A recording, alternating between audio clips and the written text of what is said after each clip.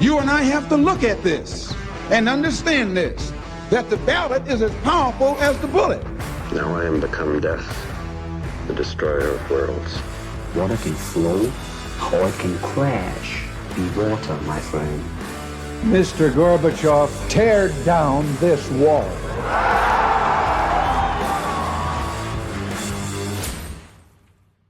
Hi, welcome to episode 74. We're calling this podcast Trust, Connections, and the Practice of High Precision. Alexander the Great once told his Macedonian army just before they went into battle, remember, upon the conduct of each depends the fate of all. Upon the conduct of each depends the fate of all. And that remains true today, but it can only be understood and appreciated when we think about the connections between what we do as individuals and the impact that it has on the world around us. Sometimes that's hard to see, but today we're going to help you out because this is really, really important right now. Let's take one quick example to illustrate this, and that's the midair collision at Ronald Reagan Airport last month. I don't want to go into the whole thing, but I will tell you a couple of things. The helicopter, whose call sign was Pat 25, was only 100 feet off altitude. Now, most pilots out there that are hand-flying aircraft will tell you that 100 feet off altitude isn't a lot during most of the flight, but it was a heck of a lot when you're flying just beneath the approach corridor to runway 33 at one of the busiest airports in Washington, D.C. So precision mattered there, but that wasn't the only non-precise thing that may have led to that tragedy. The air traffic controller made a call when he saw the potential conflict between the helicopter and the Canadian regional jet full of passengers. And this was exactly what was said. Pat 25, do you have the CRJ in sight? CRJ standing for Canadian regional jet. And the answer was affirmative from Pat 25, the helicopter. Pat 25 may have had a CRJ in sight, but not the CRJ in sight. So how could a little bit more precision, other than being on altitude, have changed the whole vector of this tragedy? Here's how. Even though the air traffic controller was completely legal when he said, Pat 25, do you have the CRJ in sight? What he or she might have said, and many good air traffic controllers will say, is something like this. Pat 25, do you have the CRJ at your 10 o'clock and 2 miles, slightly high, in sight? Instantly, that cages that group to turn and look to their 10 o'clock position slightly high, and they would have seen strobe lights, landing lights, all that other stuff, and they would have been able to follow that airliner and safely transit the final approach corridor. But neither of those things happened. 100 feet off altitude, a minimalist radio call, and we end up in tragedy. So let me go back to set the stage for this podcast a little bit. I grew up the son of a pretty demanding guy who had a low tolerance for poor workmanship.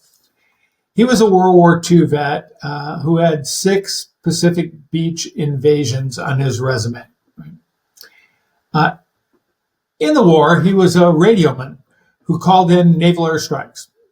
Precision was important to him, right? But not just to him, to all of the soldiers and Marines around him. When you think about, those battleships sitting off the coast of the Mariana Islands or Iwo Jima, they were lobbing shells the size of a small automobile, right, a mile or more inland, and landing them where they should. This was really quite an accomplishment back then, because it was long before computers or precision-guided munitions. It was all done manually, with guys like my dad calling in adjustments. and those on the ship carefully making them. And just to shame our generation a little bit further, these men were 18 to 22-year-olds for the most part, many of which didn't have a high school diploma. Right? My father certainly didn't at the time, since he'd lied about his age and joined up when he was just 16 years old, between his sophomore and junior years in high school. After the war, he went back and went back to school and got his high school diploma. See, these men understood a lot of things that I didn't for most of my life. But what I've come to learn over decades of experience, especially in aviation, one of the many things that stuck with me that my father said was he had a lot of pithy phrases, right? Like, if the tool's not right, the man's not bright. Right? That one sticks with me every time I try to pound a nail with a crescent wrench because the hammer's too far away to go get, right? Here's the other one he said all the time, and I think it's a carpenter's saying that just about all of us have heard once or twice, and that's measure twice, cut once. Measure twice, cut once. Back when I was a boy, I thought these were just grumpy old man sayings meant to slow me down, right? When I had to finish a task and so I could go do something more fun, right? But as I've gotten older and watched the world around me and looked at tragedies like the midair collision at Ronald Reagan, I realized these things weren't about cutting wood, right? They were about life. They were about leadership and the dangerous costs of imprecision in just about anything and everything we do. So what are those costs? The world we live in today seems to run on the assumption that speed and convenience trump quality and accuracy. We reward getting things done quickly or having things be easy and convenient, often at the expense of doing them right or doing them in the best version of right that we can. And you see it everywhere: construction, customer service, politics, even medicine. The notion of taking one's time, enough time, whatever that time is, to ensure you're doing your best work has become in many ways truly a lost art. So here are some of the costs of that. Excuse me. From an individual level, when we cut corners in our personal lives, it can lead to a lot of bad things: frustration, failure, lost friendships, lost families, unnecessary rework, right? A carpenter who eyeballs a measurement instead of using a tape measure ends up with a crooked cabinet, and he doesn't stay a carpenter for long. A mechanic who rushes through a job and double uses a part that might be single use only costs a driver of that vehicle maybe thousands of dollars in repairs, or the pilot of that aircraft her life. Right? A surgeon who rushes through a procedure so he can make his tea time increases the risk of a fatal mistake. And those tend to happen over 200,000 times a year in our country every year. Medical error is, I think, the 5th leading cause of death in America. Sorry for the cough. So let's look at it as an organizational problem. Sloppy work leads to lost customers, higher operational costs, and in extreme cases, business failures, right? A single misplaced decimal can create an engineering disaster, structural collapse. Poor quality control in manufacturing leads to things like product recalls and loss of brand reputation and trust. And roll that up one level further into our society, which is really what I want to talk a little bit about here today. The erosion of precision affects everything from infrastructure to trust in our government and institutions. Right? If election officials don't carefully handle ballots, confidence in our system of government falters. And that's happening right now. If educators, teachers prioritize just getting through the day over thoroughly teaching, we raise a generation that falls behind the rest of the world and is not able to think critically. If law enforcement gets sloppy with evidence handling, bad guys go free. All of these things have real world impacts. And it hadn't always been this way. Here's a couple of examples of when precision really mattered. Right? Apollo 11, moon landing, first moon landing, happened, and this is hard to believe because I can remember sitting in front of a black and white TV watching it in disbelief, 56 years ago. 56 years ago, we landed on the moon. And that only happened because thousands of people obsessed over the smallest details. A fraction of an inch or a decimal miscalculation would have meant failure.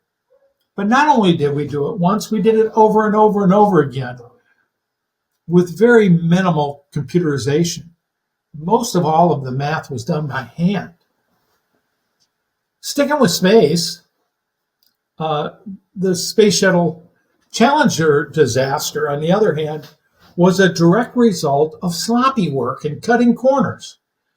Engineers knew the O-rings had flaws in cold weather, but the urgency to launch took priority over precision.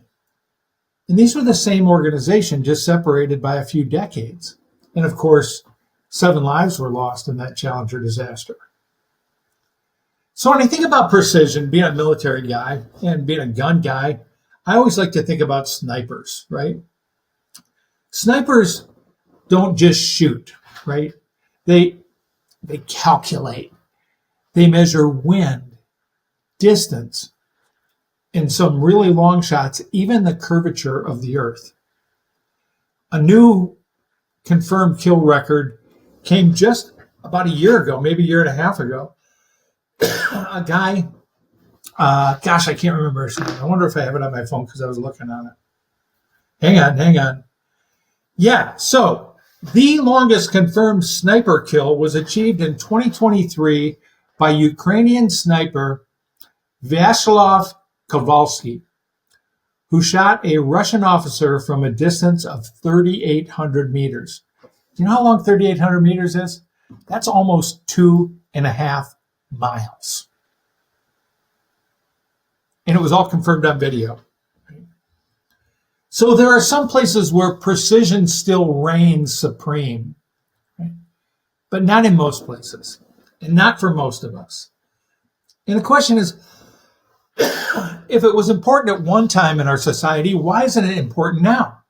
And I think we've let precision slip away because of several cultural and technological shifts.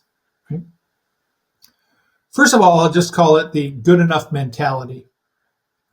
A lot of businesses and a lot of people have adopted this mentality that as long as it works, it's acceptable, right? It's good enough. There's even a phrase you hear now and then, good enough for government work.